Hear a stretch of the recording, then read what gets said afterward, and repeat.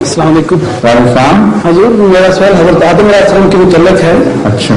کہ حضرت آدم علیہ السلام جو ہے موجودہ نسل کے بابا اعظم ہیں، یا جیسے قرآن شریف میں لکھا ہے کہ میں نے آدم کو خلیفہ مقرر کیا. ٹھیک ہے. تو اگر وہ اس نسل کے بابا اعظم نہیں تھے تو ان کو کن کا خلیفہ مقرر کیا گیا؟ اس نسل کا ہونا ضروری ہے؟ اس طرح اس سے پہلے بھی نسل ہے. ہاں وہ ٹھیک ہے، آپ کی بات وہ ٹھیک ہے. حضرت آدم جب خلیفہ مقرر ہوئے ہیں اس سے پہلے کثرت سے انسان موجود تھے، کیونکہ خلیفہ سے مراد پہلا انسان نہیں ہے، کیونکہ قرآن کریم حضرت داؤد کو بھی خلیفہ کہہ رہا ہے واضح پورے لفظوں میں. تو پھر حضرت داؤد کے وقت بھی یہی ماننا پڑے گا کہ اس وقت سے پہلے انسان مٹ چکے تھے، دوبارہ ان سے انسان جاری ہوئے. تو خلیفہ کا انسانوں کی موجودگی عدم موجودگی سے یہ تعلق باہر نہیں ہے کہ خلیفہ پہلا ہوگا، بلکہ یہ تعلق ہے کہ خلیفہ بنیں گے بعد میں، پہلے کچھ لوگوں کا ہونا ضروری ہے. جب تک لوگ نہ ہوں ان کو خلافت کو کیا کرے گا؟ اس لیے خدا تعالیٰ نے جب آدم کو خلیفہ بنایا تو ثابت ہوا کہ اس سے پہلے آدمی موجود تھے جن پر خدا نے ان کو خلیفہ مقرر کیا ہے.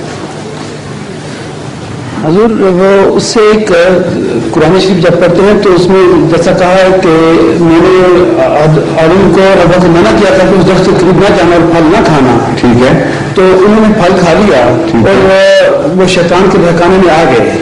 تو اس سے یہ تصور پیدا ہوتا ہے کہ وہ پھل کھانے کے بعد وہ ایسے حالات پیدا ہوئے کہ مسئلہ انسانی چلی، یا یہ کون سا پھل تھا یا وہ کیا چیز تھی جس کے بارے میں منع کیا گیا تھا؟ وہ بات تو آپ چھوڑے نا، پہلی بات تو حل ہو جائے.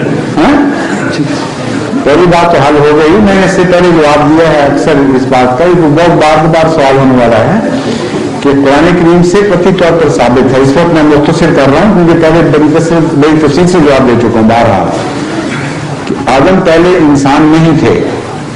خلیفہ سے یہ استنباط کرنا کہ وہ پہلے انسان سے غلط ہے، کیونکہ خلیفہ تو ہر نبی ہوتا ہے خدا کا. اور حضرت داؤد کے متعلق جس طرح کلیم کھلا فاض لفظوں میں آیا ہے کہ اے داؤد تو خلیفہ، تجھے ہم زمین میں خلیفہ بنایا ہے ہم نے، تو ثابت ہوا کہ اس سے پہلے آدمی تھے. اور خلیفہ کا بننا ہی بتا رہا ہے کہ آدمیوں کا ہونا ضروری ہے، ورنہ وہ خلافت کس پر کرے گا؟ یہ بات تو ہو گئی نا طے.